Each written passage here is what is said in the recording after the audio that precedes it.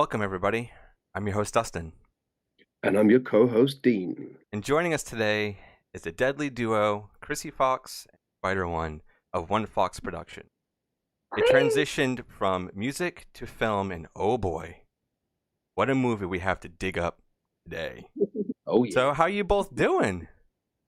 Great. Yeah, we're great. We're just relieved that this thing is actually out and exists in the world, and and we're talking about it a lot, but at least we don't have to think about it anymore. In terms of, yeah. That's awesome. And the film is really, really good.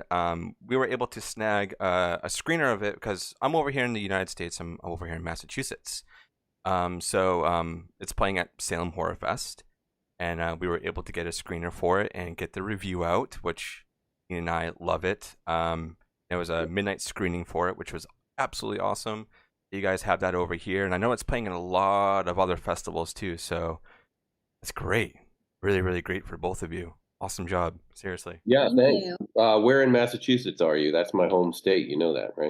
Yep. I'm in Taunton. so sure. Oh, dude, you never go to Taunton. No. It sucks over here, man. There's no accent though. What's going on there? You working hard at. It comes out every now and then. It does. It definitely does. I try not to. I noticed that you say a boot quite a lot, but is that a Canadian? Is that a Canadian. That's Canadian. I'm Canadian. Yeah. Yeah, Dustin, you say it quite a lot as well. Do Every now I? and again, I you don't, slip up. honestly, Is that I all don't the even time? realize it. It's possible that I do. What are you talking The about? trick to the New England accent is you just never pronounce the letter R.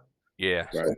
Car is ka, Yeah. yard is yad. It's But just. the weird one is Huss. Well, my parents have a real I'm from north Haverhill, which is Yeah, north. yeah. Of, that's some crazy shit. My Yeah. parents, instead of saying horse, they say like huss. It took me so long to figure out what she was saying. I was like, Potato is like potato. And it's just great. Yeah.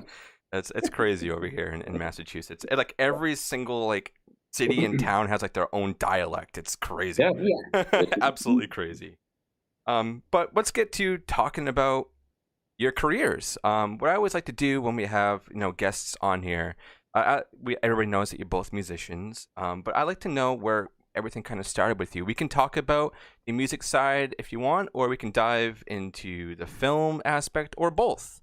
So Krsy, we can start with you, and you can pick whatever you want to talk about. Where did your love for everything kind of begin? Yeah, I mean, I've been an actor since I was a kid. So I started doing that very young. So it started there. I would always write as well. And I was like an English nerd in school and stuff like that. So I was really into music. I would write a lot of lyrics and I started, dabbling in screenplays when I was younger, and, it's kind of how I learned. And then I wrote this song with this band called Theory of a Dead Man called Bad Girlfriend. And it became this huge hit, and it kind of changed the trajectory for me for like a minute. And I became a songwriter and kind of halted on the acting thing for a minute. And I was working with them. I've worked with them on every record since. And I worked with bands like Hailstorm, and then I started my own band, and we toured, and we toured with Power Man and Marilyn Manson. And so and then I really started missing film, and we would be making music videos and things like that. And when the pandemic first hit and we didn't know what was going to happen, I was like, we both were like, let's just make stuff, and so I made my first short film, and so did Spider. And then it kind of grew from there, and I got deeply back into acting and producing and editing. I do all the post on the films, and directing. I directed 2 features as well. And yeah, it's just kind of spiraled from there. We haven't really stopped since that started. No, it's been crazy. Yeah. That's so cool. I've just been getting into Knee-High Fox. You guys kick ass, man. Really cool. Thank you. Yeah, we have so much fun. It was a really necessary thing for me, because when I was songwriting, you kind of have to fit in the box depending on what the band is that you're working with. And I would push it as much as I could, but I really needed an outlet to just be able to make music, anything I want, say anything I want, do anything I want. And that's sort of where Knee-High Fox came from. And, it became this great vehicle. I got tour all over the place, and I love it. You know, I wouldn't be surprised if I do it again at some point. But yeah, right now just the film stuff is sort of taken over our lives. So Oh yeah. Yeah, well, I mean, it's back and forth, film and music all the time for me. It's like make a film, go on tour, make an album, go on tour, make a film, go on tour. That's But such yeah, a I mean, for me, creative life, though. It's amazing. I mean, you know, I mean, it's an interesting life. It's kind of why I made Allegoria, the first movie, was sort of That's that so whole good. So statement on survival in a creative lifestyle and how it can really fuck with your head and, you know, in your insecurities and your ego and your, you know, what's it called, imposter syndrome or whatever, oh you know, yeah, always yeah. trying to navigate living a life like that. And, you know, so that's why that movie was so really, you know, a deep connection to that stuff. But yeah, for me, I mean, it was just like growing up in Haverhill. You know, it's like we said, it's the small town in Massachusetts where, you know, the majority of people are born and die there. You know, live and get a job at the factory and and that's it. And I just, from a very young age, just desperately wanted something else. And my window to the world was movies, TV, comic books, music, and it was just showed me that there was something else out there. There were exciting things happening in the world that weren't necessarily outside of my front door. So it really made me passionate about all that kind of stuff. And but you know, like most people that grow up in a small town, you don't have examples of success, so you really don't Mhm. believe that it could ever be you know. You know, I always seem like you know, people making music or in the movies were like different creatures. You know, they were magical people Yeah. from another planet, not me, you know. So I think that's why I always feel like I was always a bit of a late bloomer because I never really believed that I could do it. But then fortunately you have moments in your life that things come around that convince you otherwise. You know, in music for me, it was discovering punk rock, you know, because it was these bands that were like, whoa, this isn't the Beatles and Elton John and Led Zeppelin and just stuff that just seemed like way out of reach. This was like some real simple, aggressive stuff that seemed like it was being made by people like me, you know, just knuckleheads who, you know, had no other chance in life. And so, you know, that was a real big thing to put me on a creative path of believing in myself and you know, and the same thing with film, you know, that seemed like something just for other people until you finally convince yourself it's like, no, I think, you know, this is where I belong too. You know, I have the ability to do this. So it's just about putting in the work and just believing in yourself half the time. Yeah. Yeah. What kind of punk bands you listen to growing up, Spider? Interesting. I mean, you know, all the old classic stuff, Sex Pistols, Ramones, the Clash were like my band. You know, the Clash to me were the epitome of. They're why I wanted to have a band because even though Power Man is not punk rock and it doesn't sound like any of those bands, but just you know, me seeing the Clash, Joe Strummer and Mick and Paul and all those guys and Combat Boots and just they just had such a swagger and style about them. To me, that was like, oh my God, like they seem like a gang. You know, I want to have my own gang of Yeah. people. So really, those were the bands that started me on that journey. But then that led to you know the more hardcore underground stuff like the Dead Kennedys and Black Flag and Minor Threat and then there was a great vibrant local scene in Boston of hardcore bands like SSD Control and you know the Proletariat and Gangrene and all and that's when I was like wow like I would find these local bands and see these small shows and you know at 14 15 years old and I was just like man I got to be a part of this somehow and to this day you know it's just I still discover great punk bands most from Europe you know Yeah. America seems to be lacking in that Yeah. scene but Yeah. Actually, I played a gig once many years ago with Mick Jones from the Clash. We actually played at the Hammersmith Working Men's Club, and he put on a gig there. We was just a really small band, but we somehow ended up on the bill. And he was stood at the side of the stage and watched the whole gig. oh wow And I was so fucking in awe because Mick Jones, and I kind of went over to meet him afterwards, and he was like Mr. Burns out of The Simpsons. He was so frail, and I shook his hand, and I was like, "Oh, I don't want to hurt him," because he was so kind of frail, but he was a real gentleman. He was really cool. Oh, that's And then great. we did like we spent a week with Youth from Killing Joke. We kind of recorded an album with Youth out in Spain. So yeah, man, I'm really into. I come from all that kind of punk scene. I love Yeah, I mean, and I find great, Slaves from England. I think they just changed their name to like, oh yeah, they're really cool. Yeah, they're good. oh, cool, and Hmm. the Mysterines and the Blinders and all these bands. I find these smaller European bands are so good, so There's a good band coming up called Bob Villain. I don't know if you've heard of those guys. No. Listen out for those. They're on the way up. Bob Villain. But yeah, they're doing really good. Ask her a question. I'll be right back. Okay. Our 3-year-old is screaming for something. Yeah, one second. Yeah. Well, I guess with Krsy, we can kind of go on with a little bit more with the music. What bands really inspired you at a young age? Yeah, I actually, when I was really young, I also am from a super small town on Vancouver Island in Canada. And so, it was sort of a similar, I actually think Spider had more access because of Boston, where I was literally on an island and so removed from the mainland. And so I was walking home one day after school and I found this booklet of CDs on the road. And Awesome. I ended up, I went home and started listening, and I discovered, like Body Count and Marilyn Manson and all these Nine Inch Nails. And I was like young. And I was like, wow, because my parents did not listen to that music. So I been exposed to it. And I was like, what the fuck is this? And so I spent hours just going and listening. So whoever dropped that CD booklet really, helped form my mind and my music. But I also really loved, bands like Aerosmith. And actually, it's funny you're talking about your story.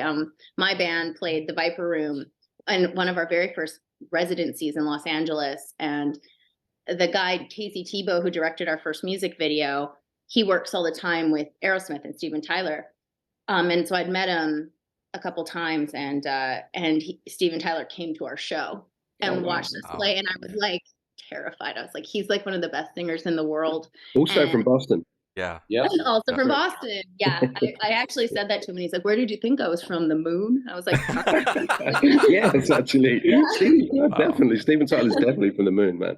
I mean, I think all those bands, it was kind of insane for me because it kind of came full circle, and our band ended up opening up for Marilyn Manson for 2 tours. And that was like, wow, like going back to being like a little kid in elementary school to like doing something like that. And then becoming part of this rock scene that I like grew up in, like literally formed everything I liked, and what, everything that you just, even creatively, some of these bands and their music videos and all that stuff. So it was just a really crazy full circle thing for me that I still kind of sometimes can't believe I'm a part of, And now you're part of a whole other group of filmmakers, doing horror films. So it's like you go from one camp to another, and now you're mixing both of them together.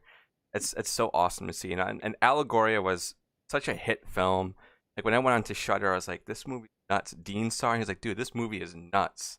Yeah. And then when we were hearing that you were doing another film that was going to be completely different, a lot darker, I was like, I need this in my eyeballs now.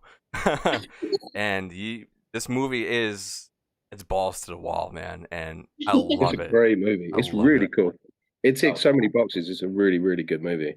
Yeah. Thank you so much. Yeah, it's really funny. Too. I don't know if this is a spoiler. I'm gonna try not to do any spoilers here, but then at the end of the day, it's both of your films. So, when I was going into this, I really thought this was going to be a cannibal film. Like it was going to be people eating each other because of the way they was setting up, and then you get that twist, and I was like, what? I'm like, there's no way, because I even told Dean, I'm like, this is going to be a cannibalistic film, and Dean kind of had the same reaction as well, and then it turns out to be something completely different. I love that twist. Thanks. Yeah, we're really pleasantly surprised at how effective the twist, the reveal has been. When we wrote it, we didn't really know if, because we had dropped a couple of breadcrumbs along the way in the script. Mhm. And we're like, ah, man, is this being telegraphed? And apparently not, because everybody's we were in the audience at Panic Fest, and there was an audible like gasp when the reveal. So we're like, oh, okay, Yeah. cool. Yeah. Yeah, I mean, I think that was the whole the whole idea was to set up, set the audience on a journey where they're kind of going, yeah, I've seen this before. Hmm. Hopefully, yeah, but it's good, but I know what's going to happen, or what kind of scenario we're in, and then all of a sudden it becomes an entirely different movie. So yeah, it was nice that seems to have worked. Yeah. It just does a total 180, doesn't it? I because Dustin, I remember you telling me about it, and when it got to that point, I was like, "Oh, okay." And then last time I saw a film that kind of made me like that was from Dusk Till Dawn. Way back when, when it got halfway through, and you're like, "Fuck, wow!" All of a sudden, it's this, Yeah. and it's and it kind of goes on a Yeah, completely and different journey. you're right. And Dusk Till Dawn is a similar idea where it kind of refreshes, and then now you're in it's almost like you're getting two movies Yeah. in one. Yeah. Yeah, 100%. Yeah, definitely.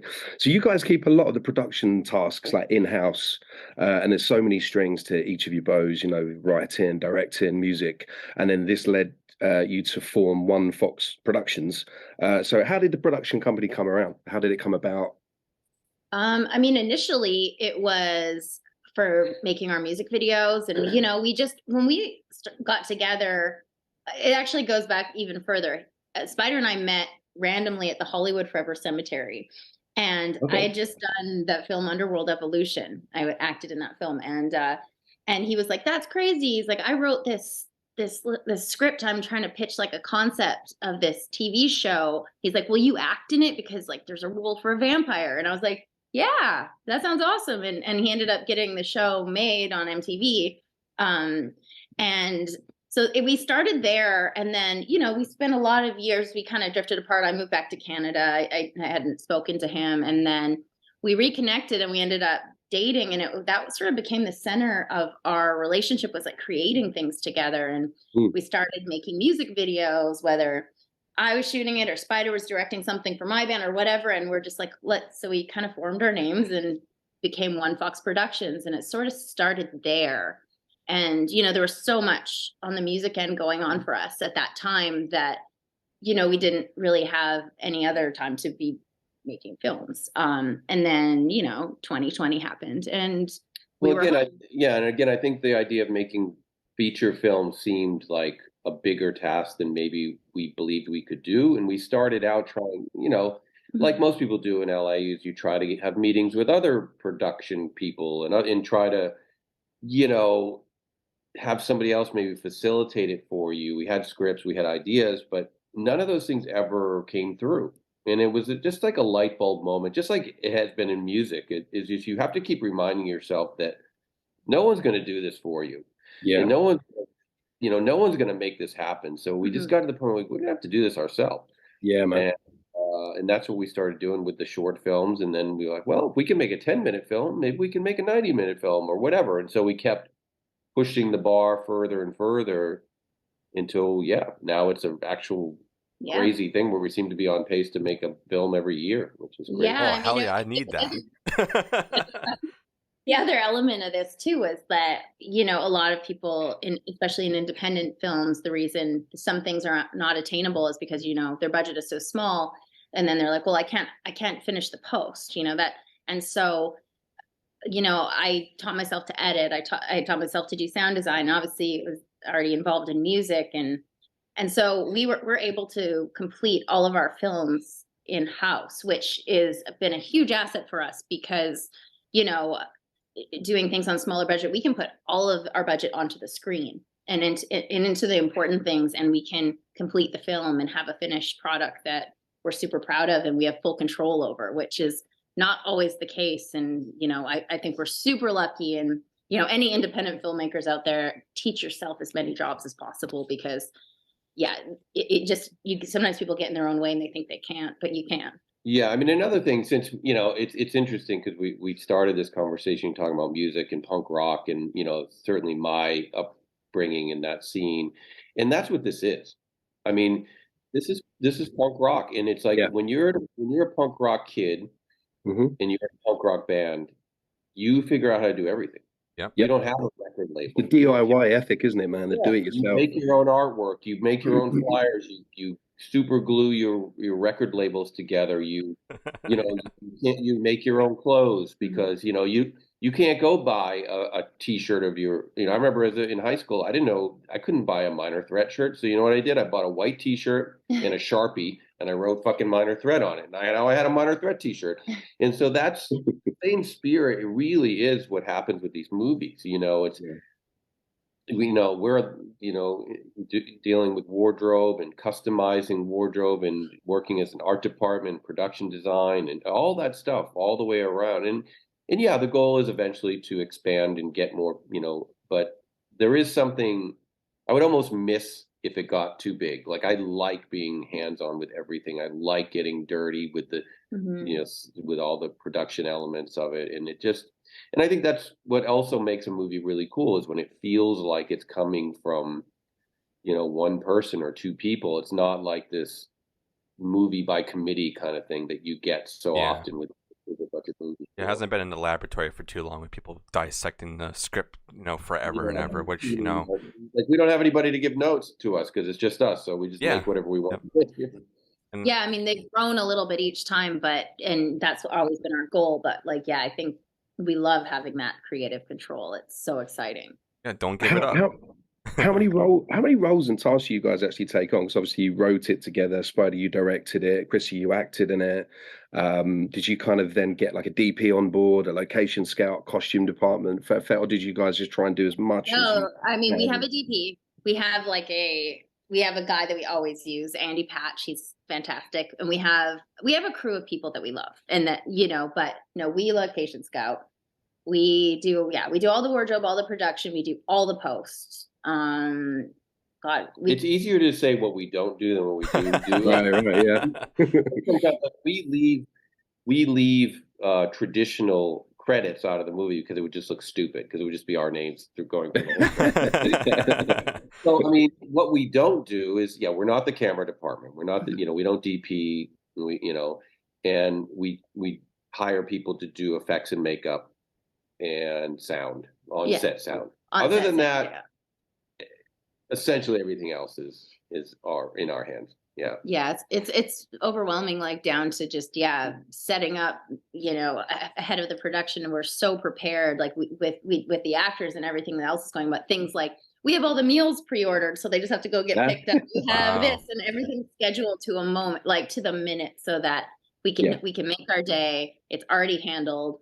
I can't be like stopping in the middle of a scene. It did happen a couple times, but to be like making a call to like the actor's Airbnb or something, you know what I mean? So everything has to be like just totally organized, and it's a ton of work. I mean, we're working on our new film right now, and it's been all day, every single day, nonstop. Wow, definitely not stopping. I love that.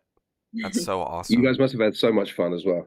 So much fun doing it. And you guys shot this movie in a remarkable 7 days. Is that right? That's crazy. 7.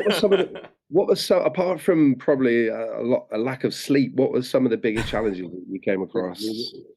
Lack of sleep was definitely one of them.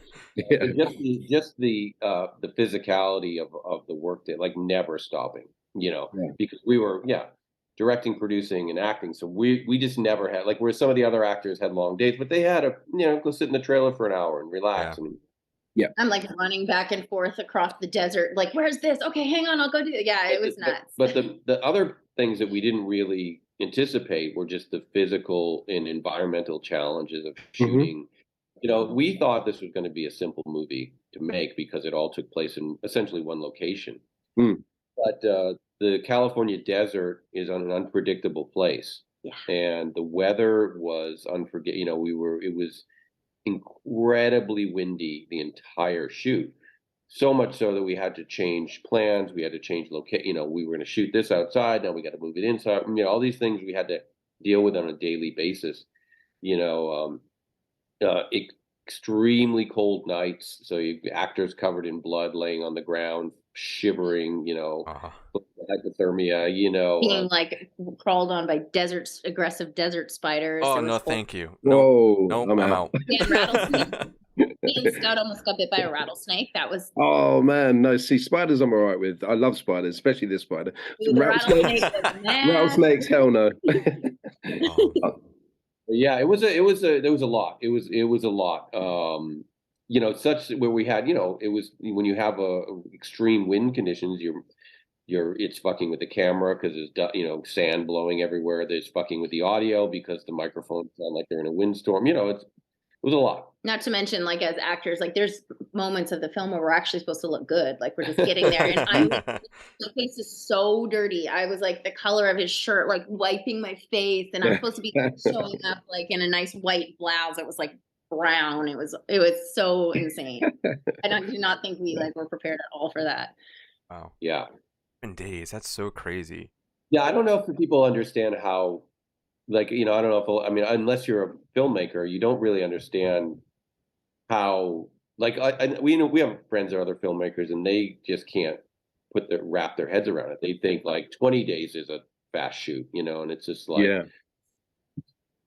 it's crazy. Like it's a crazy fast shoot. I don't know if it's ever been done. Like honestly, I mean, that there are night shoots made it so much more crazy because you really don't sleep and you lose your mind. Like so, yeah. There's moments in the film where I'm watching my performance or someone else's performance, and I'm like, oh, they're really unraveling right now. This is actually like this is not even acting, and it's funny too because you look back, it all goes so quickly and it's so frantic and so crazy. Like if I watch the movie, and I've had to watch it recently, I don't even have a recollection of like half of it. Like Blacked out the whole thing. like decision making, and why we did something because it was just you don't have a minute to think. You just go. It's all instinct. But your adrenaline's going as well the whole time because Yeah. you're making a movie. You're making, your adrenaline's just pumping, and yeah. And it's scary, honestly. Like the location was so scary and it was so dark that, like, as actors, like we're always like, oh God, and what's that? And then did you sweep for spiders before I lay down? And you're like shaking. There was like the ending scene with Scout and I were both just like shaking so hard. Like I was like, God, I gotta stop moving. I can't stop. It was crazy. Yeah, we asked a lot of our actors for sure. Like burying someone alive, that. Yeah. But although I will say, I don't know if we don't want to spoil it. Like the actor that got buried alive loved it because it was warm in the hole. So that was good. Nice. Yeah. Dean, I think you actually have a question about the set, right? Oh yeah, well so I was going to ask the creepy little house, man. I love the whole isolation. I love that. So, how did you come across the house? At Some Spider, I'm guessing when you go on tour, you drive through a lot of places, you see a lot of random buildings. How did this particular house? Did you guys just go out driving and was like, there it is, that's the one? And did you kind of have a house in the desert in mind, or when you were writing the script, or was it originally kind of set in like a forest kind of that kind of vibe? Or? Yeah, the original script was a cabin in the woods, and being in Southern California, that's not easy to find. Yeah. Usually a cabin in the woods is a pretty populated area here, and we went location scouting, we just couldn't find it. We could not find something that matched the script. And also, to elaborate on the forest thing, so Spider was on tour for a lot of the early location scouting when it was still forest. So I had our daughter by myself, and then I had a friend come with me because I was going to these remote forest locations. And one we went to, I swear to God, it was run by this insane cult. And I was like, oh, this is bad news. And they're like, yeah. And it was just, it was immediately like, I'm really scared. And we were like driving up some dirt road for like a really long time before we got there. And everybody was super weird. And there's all these different people living on the property. And I was like, this is like to be part of the film. Yeah. But then when Spider got back and we went online and we found there's to simply put it, there are location scouting websites and companies. So we found this one. It was so perfect, and it also gave a much different vibe. I think it made a better movie. And kitty. Because I think it just made it feel more isolated and a little more threatening. But you're right, it really does. When you're on tour, and you're rolling down the highway. And in America, you can drive for 6 hours and see nothing Wow. because the country's so vast.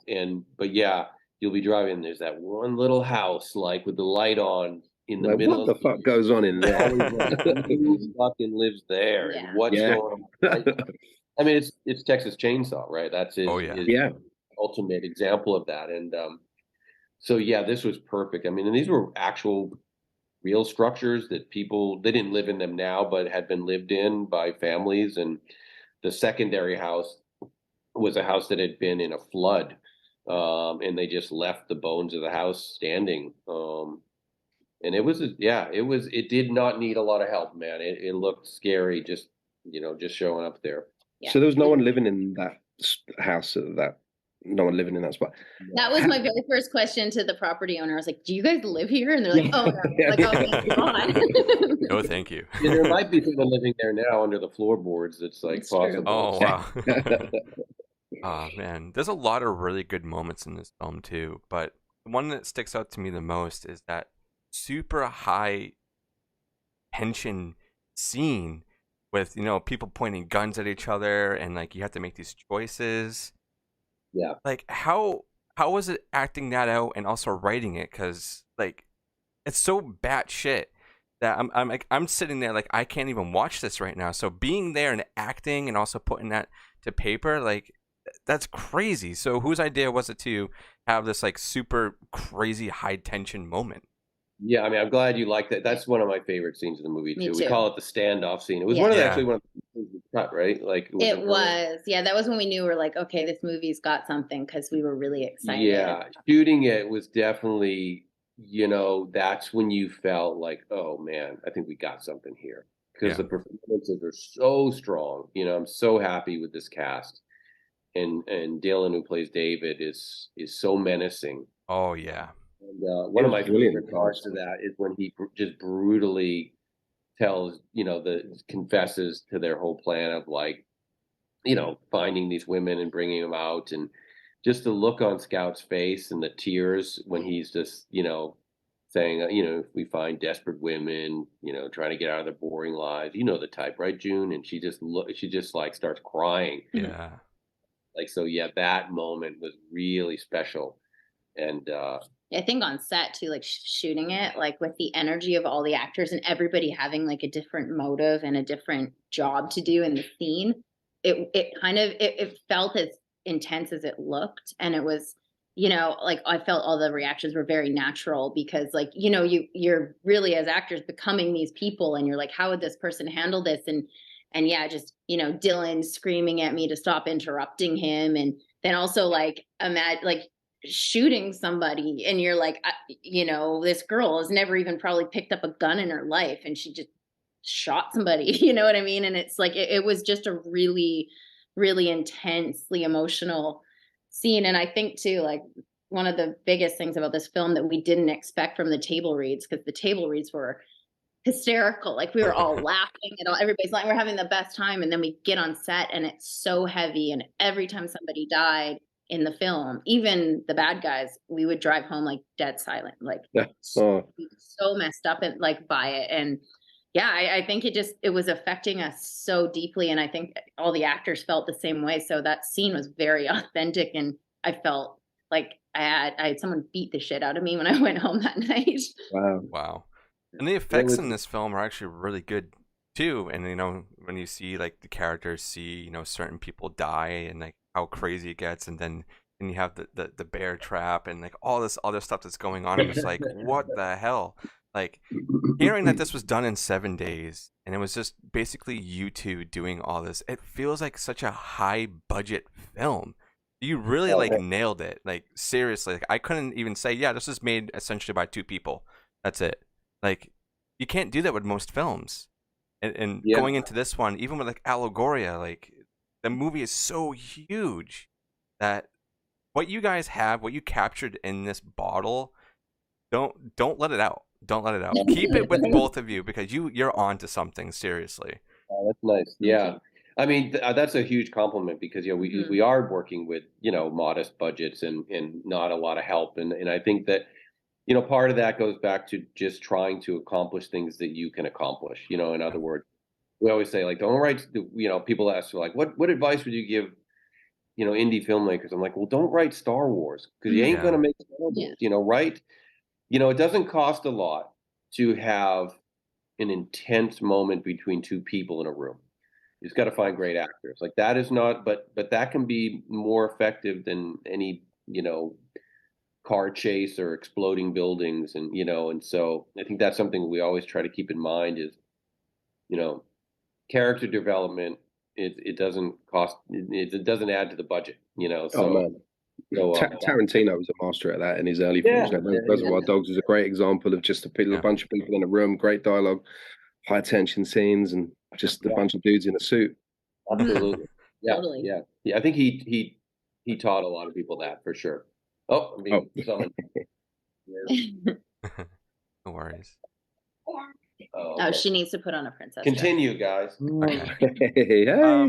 So I guess I can ask you, Krsy, as an actor in this film as well, and we can kind of go on both sides of this.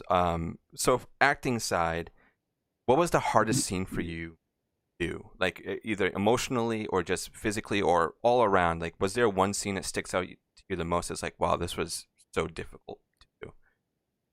Yeah, I mean, a couple. Well, the night after, like, so the rattlesnake night, which was a bigger deal than we made it seem when we were just explaining it, we basically had to stop shooting that night. And so that night, the next day, we ended up shooting this shed scene, like right out of the gate, and everybody was like really rattled, especially me and Scout, because the snake was like in front of our face. Whoa, I'll be out. So we're like sitting down, and we're just like, it was really hard to get back in after that. We're just like scared, and we did eventually. So that, but like emotionally and physically, it probably either that end scene with Dylan and Scout, where you know everything comes to a head. Yep. No pun intended. That scene probably, or the scene with Puppy in the abandoned house. That was a pretty intense scene after a really long day, and it was funny because in the script, like me screaming at Chaz and interrupting him and stuff wasn't there, and he wasn't prepared for it. So when I'm, you know, holding a gun to him and he's like going through his moment, it was like we were both just like shaking, and he was almost crying, and it was just like a really, and then that was also the night of the worst windstorms in the universe. Everybody's blind. Oh, And man. it was, yeah. So that was a pretty heavy, difficult scene to get through. But I think, yeah, that big ending, because it was one of the longest days, and physically I had to do so many things, but then emotionally there was like so many different places I had to go. I was pretty exhausted after that. I think I wanted a glass of wine at the end of shooting every night, but I couldn't because it was already morning, and that's just weird. So that morning I actually had a glass of wine. I was like, I don't care that it's 9:30 a.m. I'm doing Just it. do it. Just Take do the it. edge off. Take the edge right off. Yeah. Krsy, this is another question for you. So the heart of the story, I guess, is kind of the two sisters. So how much of yourself is actually kind of written into the character of Sadie? When you guys were writing, did you write how much of yourself is kind of in that character? A lot. Like I have two little sisters, and Right. a lot of the scenarios are very close to our relationship, and I'm the oldest. And you know, it was funny initially when we wrote this character, because it was so close. Like I'm not quite as insane as Sadie, where like they're neurotic. Yeah, I'm not obsessed with, you know, materialistic things and all this, but I think for that, it was more, I almost didn't want to play Sadie because I'm like, is this too close to myself? And is this, you know, maybe be more interesting if I played June. But I'm glad we did it this way, because I think every character ended up being an amplified version of themselves. And so this was like a super, super close story to both of us. And Spider knows my sisters as well and knows our relationship. So that was the core of this entire story, and this story we wanted to tell. That was one of the most important things, is to really get across, you know, the friction that can happen between siblings, but also like the deeper love. And at the end of the day, that's all that really matters. Yeah. Sorry, my camera shut off, but I'm still here. I was going to say, we lost Dustin. No, I'm He here. just turned I'm here. into Are we boring you? No, my camera's been giving me a lot of problems lately. Use So use a lot just of you got a lot of ghoulies going on with that camera, dude. I think it's a new camera as well. yeah, it's a new one. I'm gonna have to bring it in for an How exchange or does something. But go ahead, Dean. how does the writing process work between you guys? You kind of sit in a room together, and kind of thrash stuff out, or do you write separately, kind of like Leonard and McCartney, and then it sort of get together and read each other your notes, or like they used to go away, write a song, and Paul would come in and go, "What do you think of this, John?" Is it similar kind of thing, or did you just sit in a room together and just kind of come up with ideas? And I think a little of both. I think some of it was initially sort of just talking through a story Mhm. and some of the potential places it could go. Mm, And then it kind of became, she'd go off and write some pages. Oh, let me read what you wrote. And then I'd be like, oh, what if we did this and add this line and take away? And it was kind of a back and forth. And sometimes there'd be some debates on what should happen. And, mm, Okay. oh, I love that line. Oh, I hate that line. And, back and mm. forth until we finally came up with the version that we felt like was, a true collaboration. Mhm. And this one was, particularly interesting and helpful because there was sort of this, battle of the sexes, through Mm. line. Yeah.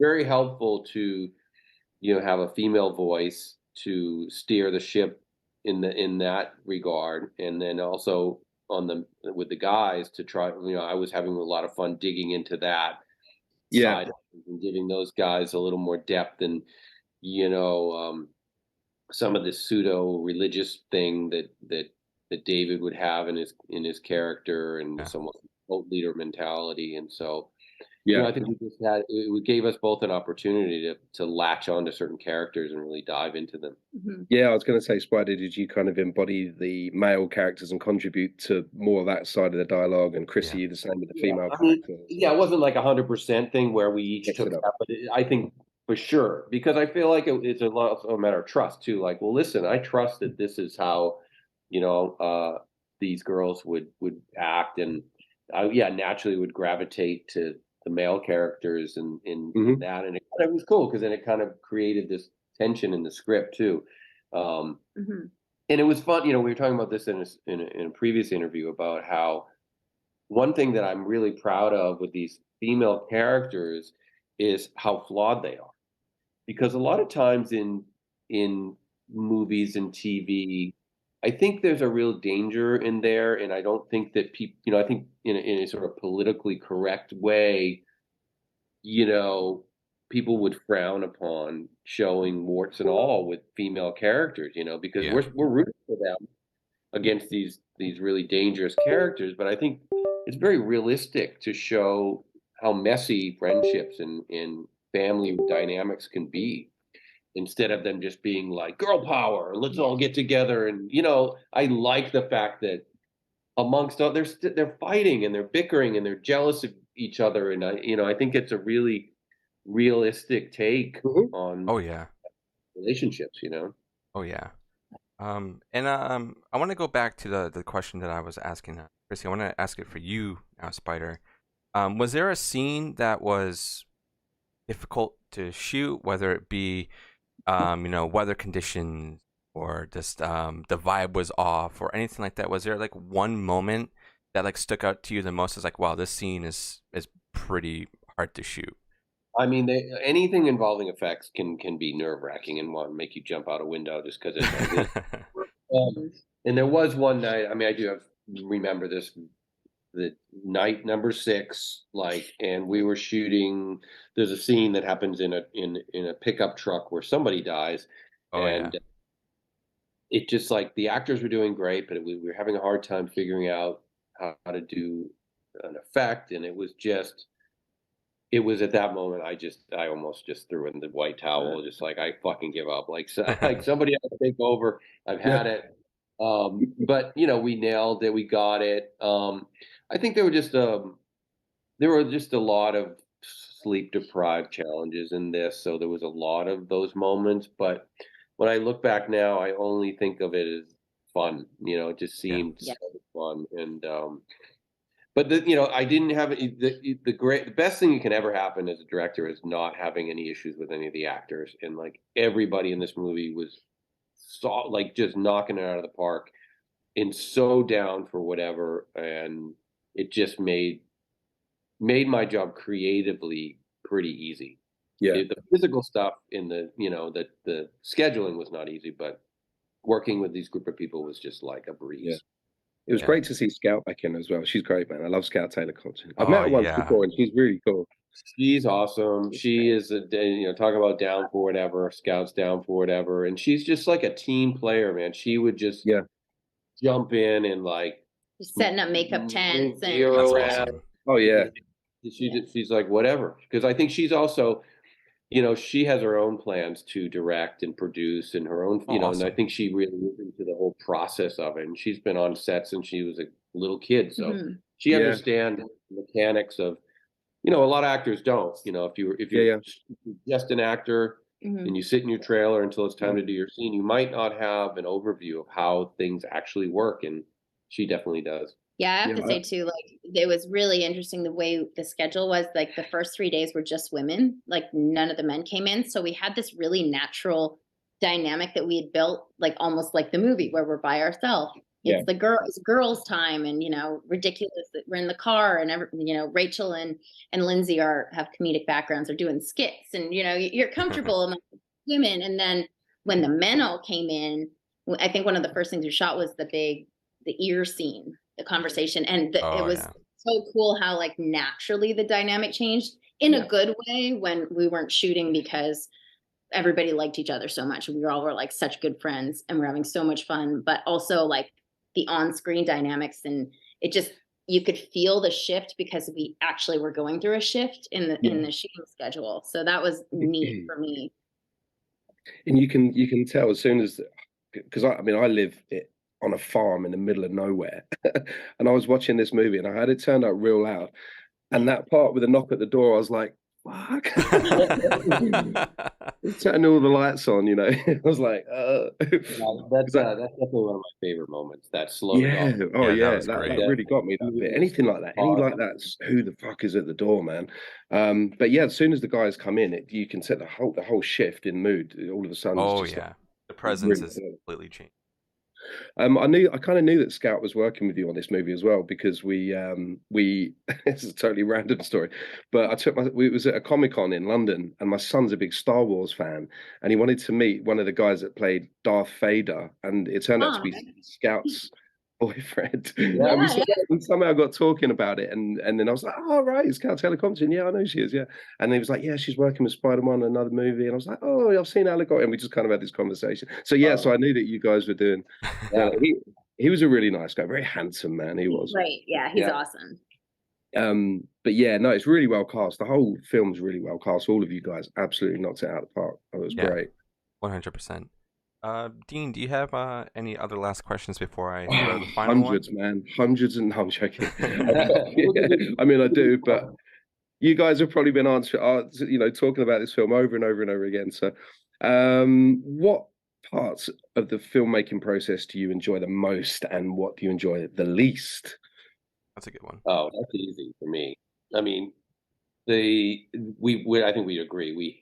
As producers, I think we hate the producing side the most. And producing is the non-creative producing stuff, which she does most of it, so I can't even complain. But just the logistics of everything, right? And the paper, the dealing with the union, whatever it is, admin. That stuff's like it just. And I mean, everything else I love, and I mean, just it's really like, there's this anxiety for me the night before the shoot, and you're just like, you've done everything you can to prepare, you feel ready, you've got a great story, you've got a great cast, and you're lying in bed and you're going, I am going to fuck this up so bad tomorrow, but then the best moment is you frame up that first shot, you look at the monitor, and you go, it looks like a movie. Oh yeah, let's go. And you suddenly all your confidence comes back, and then working with the actors, and then from that point on, it's just all fun. Was there a lot of improvisation on set, or did you have the script like locked before you went in?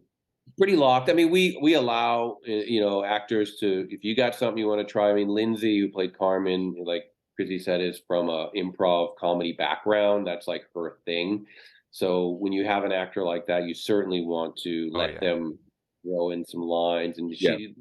in fact, a lot of the more comedic lines are just her, just going off. Yeah, That's sometimes awesome. she had a couple of moments like the "Eat my pussy, Liz" line was her, and Yeah. that's one of my favorites. And I think creatively too, with making the film, like one of the other best parts, other than actually physically getting to shoot, is just when you actually start editing and you start going through all the footage. Oh yeah.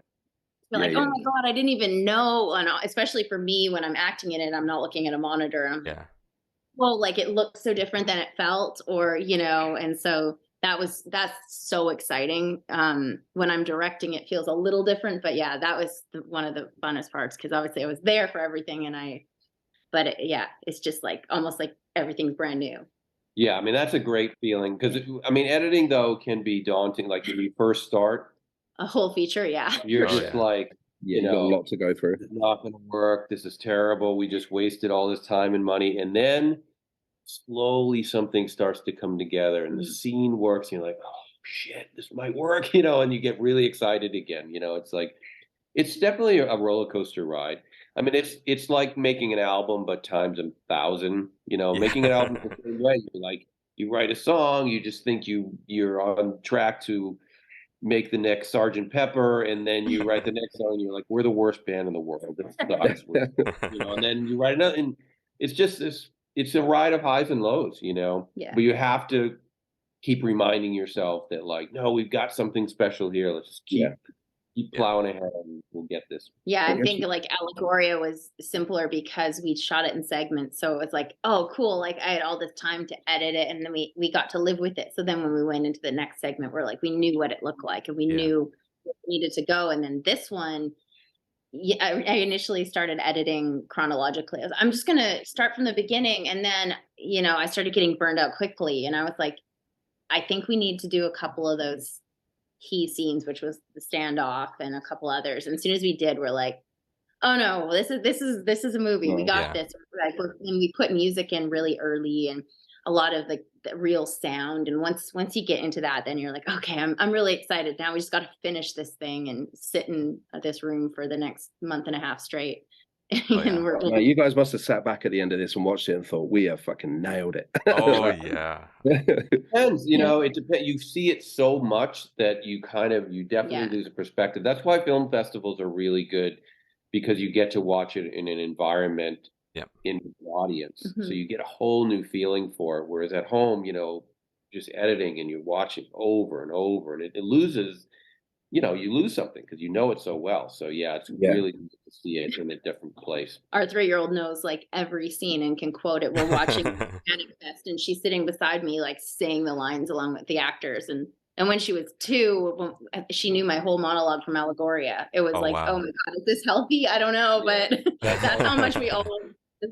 The editing is such a laborious task as well, because you have to get the continuity between every shot. So especially if you're filming on a windy set and the hair's blowing that way, and you cut to a scene and the hair's blowing that way, like, we've got to link that up. But only real film nerds pick that sort of stuff up. Like me, no.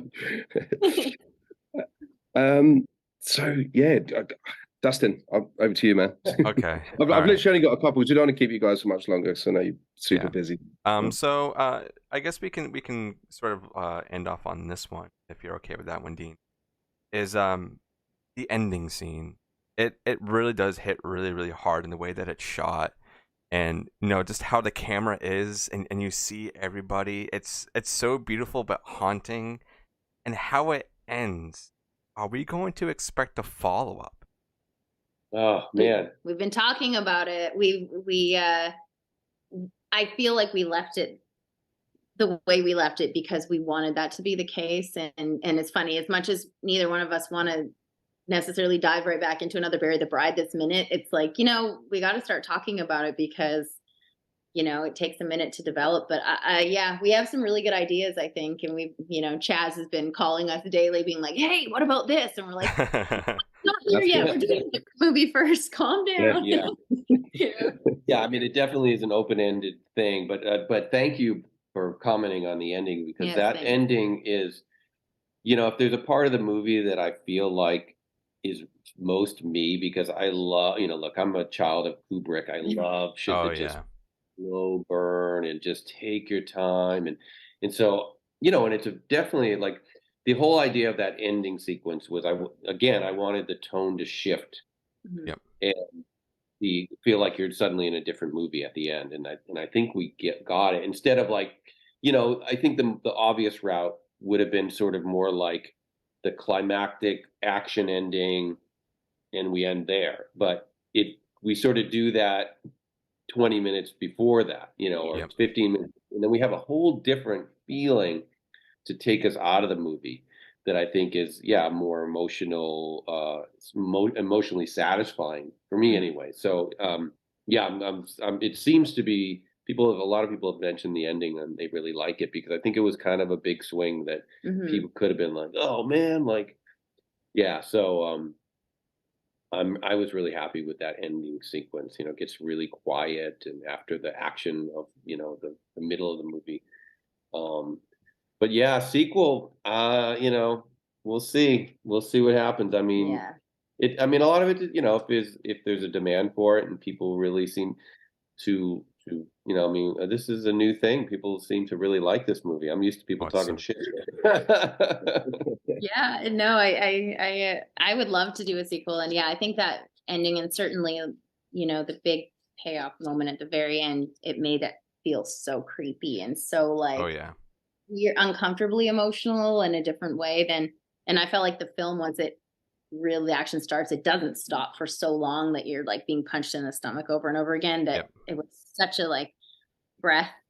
But then also just like you're like, no, this doesn't feel good. Something doesn't feel good, and you feel like you never get to like relax, you Well, know, which is good. it's a cool open-ended thing, because it's like I love movies that sort of end in a sort of ambiguous way, where you leave the theater or you shut your TV off and you go like, wonder what they're gonna do. You know, Oh yeah, me too.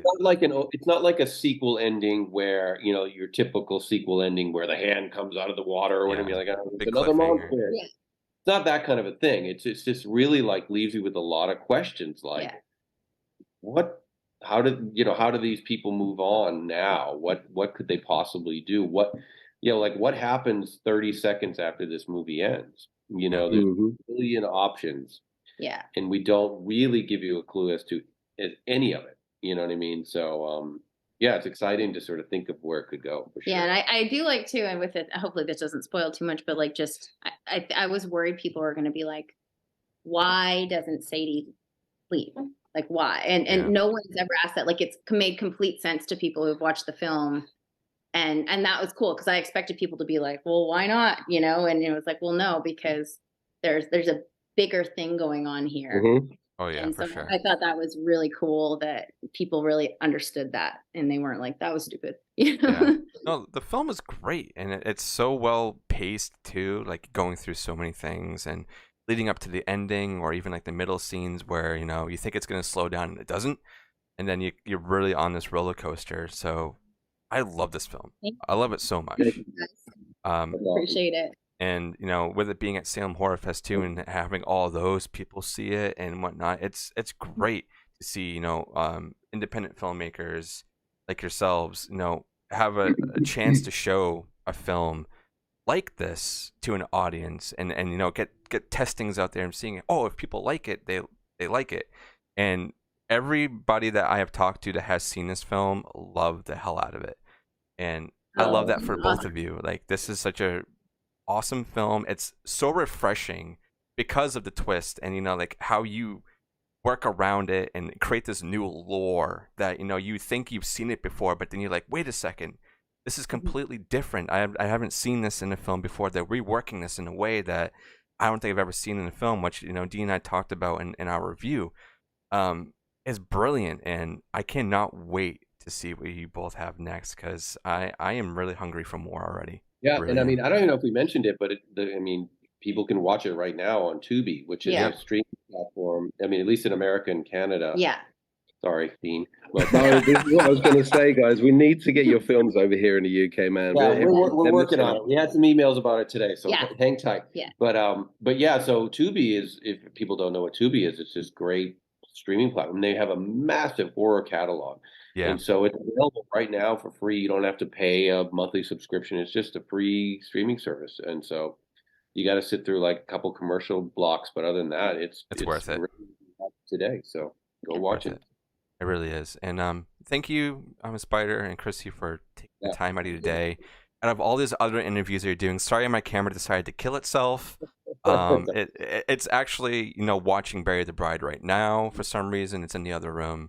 So, it had to go do its own thing. But this was a huge pinch me moment. I'm a huge Power Man, fan. And I've listened to your music since I was a kid. Having you on here, watching your films, and Krsy, now getting into your music and seeing how you are a creative outside of the music scene for both of you, this is a huge moment. And like, for this to happen is like a dream come true. And I know it's the same thing with Dean too. We can lightly talk about this if you want. I know we're at the 1 hour mark, and I want to let you both go. But Spider, Dean, I know you both are doing a collab right now. So I mean, if you both want to go ahead and talk about that, you have the floor. You want to pitch it, or you want me to pitch it? You're the professor. Go for it, man. You go for it. Well, I got this message from this crazy guy, and he's talked about making hot sauces, and I'm like, hell yeah, I love hot sauce. So we talked about Allegoria and Power Man, and hopefully now Bury the Bride. I mean, if not bury the bourbon, we could bury the hot sauce, bury the bride if we want to do that next. Yeah, Oh yeah, that's a great idea. Yeah, we're working on a line of different hot sauces that are represented of some of these projects, and I'm super excited. And we're trying to get it over to the States, right? And soon. Very soon. Very soon. Extremely soon. Just like you guys are working on getting the movies over here, we're working on getting the hot sauces over there, like ASAP. So, yeah. So I don't know if I pitched that well, but that's sort of what we're doing, right? Yeah. Perfect, man. Absolutely perfect. Watch this space for the hot sauce. Hot sauces. Yes. So seriously, thank you both for taking the time out of your day. Dean, thank you for being here out of your busy ass schedule, because you are so fucking busy that for you to even be here to do these interviews when you have time or do movie reviews, like, I appreciate it a lot. And thank you for everybody being a part of this today. This is a huge moment for us. Awesome. Thanks. Thank you. It was so much fun. Thank you, guys. Yep. Yeah, thanks, guys. It was lovely to meet you both as well and chat about the movie. It's absolutely fantastic. Well, if we'll do round two. Maybe we'll have when it comes out on Blu-ray, we'll do round two. Oh perfect. Yeah, you're more than welcome to be on the show at any time. Just send me a message, Krsy. You have my email now, so whenever you want to do anything, it doesn't even have to be films. It could be music related, anything like that. I'm in. Sounds great. I'm over in LA. I've got to go. I'm over in LA in September. I've got to go to the Mystic Museum and just do that's our neighborhood. Let us know. I was there. I'll let you know. Yeah, actually, August there. See. Cool. Okay. Yeah. Kiko runs the place. Kiko. Let us know. We're around. Because I'm on tour July, August, but September we should be here. So yeah, cool. We'll get some coffee. Oh, that sounds great. That'd be fantastic. Yeah, cool. Awesome. All right. Thanks, guys. Yeah, thanks, thank you. guys. I'll let everybody off the hook now, and thank you all so much for being here, and we'll catch everybody on the next one. Take care, guys. Bye.